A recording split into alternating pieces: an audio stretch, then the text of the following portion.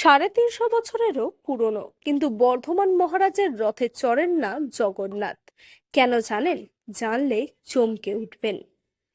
নেই রাজার আমলে জাঁকজমক, সময়ের নিয়মে মন্দিরের দেওয়ালে ফাটল ধরেছে, ভেঙে পড়েছে মহারাজের লক্ষ্মীনারায়ণ জিউ মন্দিরের নাট মন্দিরের একাংশ। তবুও ফিকে হয়ে যায়নি বর্ধমানবাসীর শতাব্দী প্রাচীন আবেগ আর রাজ ঐতিহ্য। কালের নিয়মে রাজত্ব বিলীন হলেও বর্ধমানবাসীর মনের মণিকোঠায় আজও অমলিন রাজবাড়ির রথযাত্রা।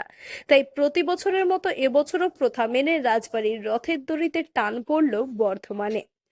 তবে একটি নয়, বর্ধমান রাজবাড়িতে রয়েছে দুটি রথ, একটি রাজার রথ ও একটি রানীর রথ।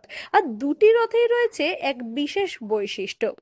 যেহেতু বর্ধমান রাজপরিবারের কুলদেবতা লক্ষ্মীনারায়ণ জিউ এবং কুলদেবী মা চণ্ডী, তাই বর্ধমান রাজবাড়ির রাজা ও রানীর রথে থাকেন না জগন্নাথ, বলরাম, সুভদ্রা।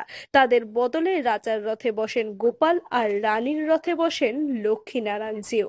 আমাদের লক্ষ্মীনারায়ণ জিউ মন্দির, এই মন্দিরে আমাদের দীর্ঘদিন ধরে রথ হয়ে আসছে এবং আজকেও রথযাত্রা আমাদের পালিত হচ্ছে। আমাদের এখানে দুটি রথ হয়, একটি ভেতরের রথটি টানা হয় রানীর রথ। আমাদের রানীর রথে আমাদের লক্ষ্মীনারায়ণ শিলামূর্তি চাপানো হয়।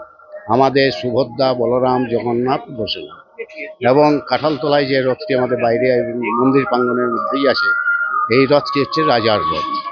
এইটিতে আমাদের ওই জগন্নাথ, সুভদ্রা, বলরাম থাকে না। আমাদের এখানে গোপাল মানে রাধা দুলাল গোপালকে বসানো হয়। তিনটি গোপাল আছে, তিনটি গোপালকেই আমাদের এই রথে পুজো হয়, টানা হয় এবং প্রচুর লোকের সমাগম হয়, মেলা টেলা বসে। রাজার আমলে আরো জাঁকজমক করে হতো, এখন এতটা হয় না, কিন্তু তবু এখনো যেহেতু রাজার রথ, বাইরের থেকে প্রচুর পুণ্যার্থী আসে এবং পুজো দেয়। সারাদিন এই পুজো চলবে। বর্ধমানের সোনাপটি এলাকায় রয়েছে বর্ধমান মহারাজার লক্ষ্মীনারায়ণ জিউ মন্দির। প্রায় ৩৫০ বছর আগে রাজা মেহতাব চাঁদের আমলে প্রতিষ্ঠা হয় এই মন্দির। এখানে রয়েছে রাজা ও রানীর রথ। অতীতে এই রথযাত্রাকে কেন্দ্র করে বর্ধমানের রাজকীয় উৎসবের আমেজ তৈরি হতো। বসতো বিশাল মেলা, পাশাপাশি বসতো যাত্রাপালার আসর, ঝাড়বাতির আলোয় মুড়ে ফেলা হতো গোটা মন্দির প্রাঙ্গণ এবং ভক্তদের জন্য হতো রামায়ণ পাঠ। রাজকীয় ভোগেও থাকতো এলাহি আয়োজন। তবে রাজার রাজত্ব চলে যাওয়ার পর সেই রাজকীয়তা আজ অতীত। রানীর রথ আগে ছিল রূপোর, কিন্তু এখন সেটি কাঠে পরিণত হয়েছে। রাজার রথটি পিতলের। ভোগের বৈচিত্র্যেও এসেছে বদল। এখন দুপুরে দেওয়া হয় অন্নভোগ এবং রাতে পরিবেশিত হয় হালুয়া ও পুরীর ভোগ। রাত্রি বেলায় এই গোপাল এদিকে নিয়ে যেয়ে পঞ্চগব্য করে আমাদের এই শয়ন দিয়ে দেওয়া হয়, মালপোয়া ভোগ দেয়।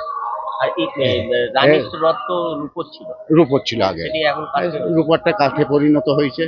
এখানে যে পিতলের রথ ছিল সেটিও ভগ্ন অবস্থা, সেটি টানার অযোগ্য, সেটিকেও টানা যায় না।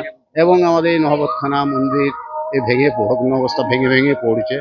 ওনারা এসেছিলেন রিসেন্ট, তাদেরকেও বলা হয়েছে, বারবার করলেও উনি কেউ কর্ণপাত এখন কি করেন। লোহার রথ করা হয়েছে এখন হ্যাঁ, এখন এই লোহার রথ করা হয়েছে একটু। যেহেতু আমাদের পিতলের রথটা টানা সম্ভব নয়, টানলেই ভেঙে পড়ে যাবে, কারু গায়ে পড়ে যাবে, বিপদ ঘটতে পারে যখন তখন। মন্দিরেরও সেই অবস্থা হয়েছে, ভগ্ন অবস্থা, মন্দিরে তো চারিদিকে ভেঙে ভেঙে পড়ছে এবং প্রচুর রিক্সি ব্যাপার। হ্যাঁ, চাইছেন আপনি? আমরা তো চাইছি যদি মন্দিরটা হয় খুবই ভালো হয়, কিন্তু মন্দির কে করবে, এই ওনাদিকে বারবার করে জানাচ্ছি। আমাদের সেবায়িত যিনি আছেন এখন, নন্দিনী মাহাতাব, ওনাকে বলছি বারবার করে, রানীমাকে। রানীমাও এসেছিলেন, দেখে গেলেন, কিছুই তো করলেন না এখন। তবে রাজা বলে সেই জাঁকজমক না থাকলেও প্রথা মেনে রথ উপলক্ষে বৃহস্পতিবার সকাল থেকেই রাজা ও রানীর রথে বিশেষ পুজো পাঠ শুরু হয়েছে। মন্দির প্রাঙ্গণে বসেছে মেলাও, আসছেন বহু ভক্তরাও। আজকে এখানে রথ দেখতে এসেছি। আমি থাকি কলকাতাতে, এখানে এসেছি তাই রথটা হচ্ছে বলে দেখতে এলাম আর কি। অবস্থা মানে খুবই নাজেহাল অবস্থা, এর তো কোনো আর মানে বলারই নেই।